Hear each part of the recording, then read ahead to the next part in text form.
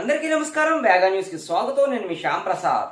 కాకినాడ జిల్లా పిఠాపురంలో జై భీమరావు భారత్ పార్టీ ఎమ్మెల్యే అభ్యర్థి జగ్గారపు మల్లికార్జున మంగళవారం సాయంత్రం పాత్రికేయుల సమావేశం నిర్వహించారు. ఈ సందర్భంగా ఆయన మాట్లాడుతూ పిఠాపురంలో త్రిముఖ పోటీ ఉందని, గెలిచినా ఓడినా ఖచ్చితంగా నిరంతరం పిఠాపురం ప్రజల కోసం, వారి సంక్షేమం కోసం, ఊరి అభివృద్ధి కోసం కార్యక్రమాలు చేపడుతూనే ఉంటానని, ప్రజల పక్షాన నిలిచి వారికి జరిగే అన్యాయాలతో నిరంతరం పోరాటం చేస్తానని తెలిపారు. ఇంకా నీరు కూడా ప్రతి ఇంటికి అందించలేని స్థితిలో మనం ఇంకా ఉన్నాం. సరైన సదుపాయాలు లేవు.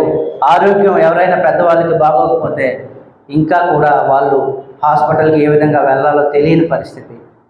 ప్రాథమిక ఆరోగ్య కేంద్రాలు ఇంకా మారుమూల గ్రామాలకు వెళ్ళని పరిస్థితిలో ఉన్నారు. వీళ్ళు ఉన్న వాటిని ఎలా వినియోగించుకోవాలో తెలియని పరిస్థితుల్లో ప్రజలు ఉన్నారు. అంటే ఇవన్నీ కూడా నేను మరీ ముఖ్యంగా ఈ 36 గ్రామాలు ఏదైతే తిరిగానో అక్కడ ఎవరైతే పేదలు, బడుగు బలహీన వర్గాల ప్రజలు ఎవరైతే ఉన్నారో వాళ్ళందరి దగ్గరికి, ఎవరైతే ఇవన్నీ కూడా అనుభవిస్తూ ఇంకా బ్రతుకుతా ఉన్నారో వాళ్ళందరినీ నేరుగా వెళ్ళి వాళ్ళ గ్రామాన వాళ్ళ పాకల దగ్గరికి వెళ్ళి వాళ్ళ ఇంటికి వెళ్ళి వాళ్ళ సమస్యలు చూస్తూ ఉంటే కళ్ళంటే నీళ్ళు వస్తూనే ఉన్నాయి. మిత్రులారా, గీత గారు, మీరు కూడా మా పిఠాపురం నియోజకవర్గానికి మీరు కూడా ఏం చేసింది లేదు.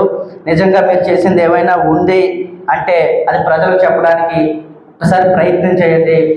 మీరు మన దేశం నుండి ఎంపీగా ఉండి, మన జిల్లా నుండి ఎంపీగా ఉండి మన దేశం నుండి ఏ నిధులు తెచ్చారో, అది మన పిఠాపురం నియోజకవర్గానికి ఎంతవరకు ఖర్చు పెట్టారో అవన్నీ కూడా లెక్కలు తీయడానికి మీరు సిద్ధంగా ఉండాలని నేను మీకు కూడా సవాల్ విసురుతున్నాను.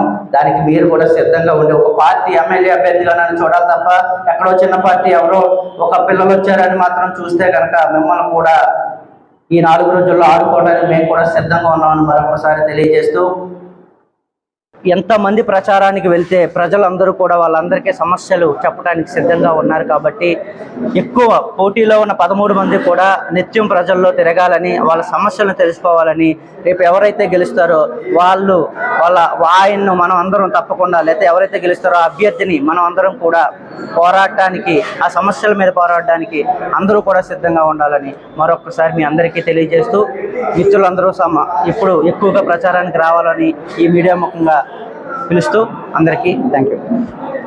మరిన్ని ముఖ్యమైన వార్తా విశేషాల కోసం వేగా న్యూస్ సబ్స్క్రైబ్ చేయండి, షేర్ చేయండి, లైక్ చేయండి. Thank you all.